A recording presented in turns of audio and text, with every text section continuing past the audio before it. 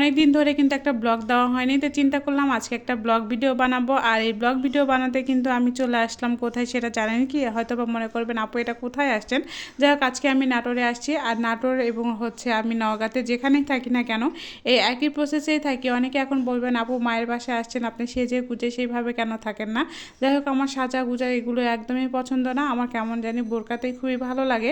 তো যে কথাটা আমি সবচাইতে বলছিলাম যে এটা হচ্ছে বাইপাস রাস্তা, আর এই রাস্তাটা হয়তো বা সবাই চিনেন। আর এই রাস্তার সাথে কিন্তু আজকে আমি পরিচয় করাই দিব। আমি তো ছোটোবেলা থেকেই পরিচিত হয়ে আসছি, আর কোথায় খেতে চলে গিয়েছিলাম সেটাও কিন্তু বলবো। আজকে হঠাৎ করে বিকালেই ছেলে বলল যে মা আমি আজকে খেতে যাব। তাহলে আমি চিন্তা করলাম যে আমি প্রতিবারই যখন আসি নাটোরে তখনই কিন্তু ছেলেকে নিয়ে খেতে বের হই, আর সেটা কোন রেস্টুরেন্টে যাই সেটাও কিন্তু আমি আপনাদেরকে দেখাবো। যাই হোক, মা আর ছেলে কিন্তু বেরিয়ে পড়লাম, আর বেরিয়ে পড়ে তারপরে কিন্তু একটু আসলেই কিন্তু এটা হচ্ছে আমাদের বাইপাস রাস্তা। মানে এখান থেকে কিন্তু আমার বাড়িটাও দেখা যায় এবং রাস্তার সাথেও কিন্তু আমার বাসাটা। যাই হোক, যারা পিটাই মোড় চিনেন তারা তো চিনেনই, পিটাই মোড়ে কিন্তু আমাদের বাসা। আর এই বাইপাস রাস্তাটা খুবই কিন্তু রিক্সের রাস্তা। যারা যারা চিনেন তারা তো চিনেনই, আর যারা চিনেন না কখনো নাটোরের তারা কিন্তু অবশ্যই এটা চিনে নেবেন। আর এই রাস্তাটা আমার ছোটোবেলা থেকেই খুবই ভয় করে। রাস্তার ওপারে পার হলে কিন্তু পিটিআই, আর পিটিআই স্কুলে কিন্তু আমি পড়াশোনা করেছি ছোটোবেলা থেকে। এই জন্য কিন্তু এই রাস্তাটাকে আমি ছোটোবেলা থেকেই ভয় করি, আর এই জন্য কিন্তু আমি এই রাস্তাটা খুব সাবধানে পার হই। তো যাই হোক, এখন কিন্তু অটোতে আমি চলে যাব, আর অটোতে চলে যাব হচ্ছে বাজার। আর বাজারে আমার কোনো কিছু মানে কেনাকাটা তেমন একটা নাই, তারপরেও কিন্তু টুকিটাকি কেনাকাটা আছে। আমার আম্মা দেখি আমার জন্য ছিট কিনে রাখছে, তার জন্য 3 পিস বানাবো।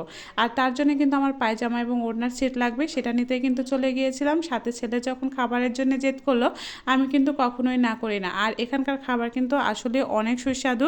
যাই হোক, এখানকার খাবারের কথা আমি কি আর বলবো। এখানকার খাবার সবচাইতে আপনি যদি খেতে চান তাহলে আমি বলবো নাটোরের মধ্যে শিলামণি এই কিন্তু এই রেস্টুরেন্টটার কথা আমি বলি। এই রেস্টুরেন্টে আমি যতবারই আসি ততবার একটা জিনিস খাই, সেটা আমি নান খাই এবং তার সাথে চাপ খাই।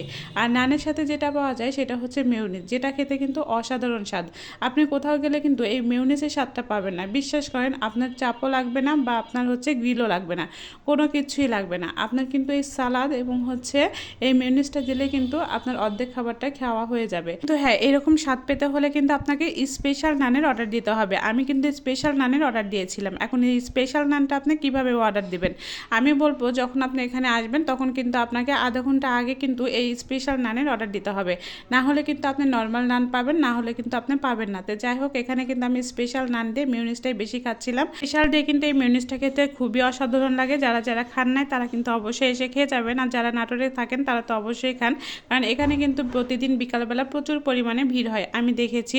আর এই কারণে কিন্তু আমরা প্রতিদিন যখন আসি তখন কিন্তু সন্ধ্যাতেই চলে আসি। আর নওগাঁতে যখন থাকি তখনও কিন্তু 9টা-10টার পরে কিন্তু আমরা বের হই। আর এখানে কিন্তু 9টার পরে তেমন একটা বাজারে মানুষ থাকে না, খুব ফাঁকাই থাকে। যাই হোক, এখন কিন্তু বাড়ি যাওয়ার পালা, তাই বাসায় চলে যাচ্ছি। আর ছেলে যখন যেখানে যেতে ইচ্ছা করে তখন সেখানেই চলে যায়। কি সবাই ভালো থাকবেন, সুস্থ থাকবেন, আল্লাহ হাফেজ।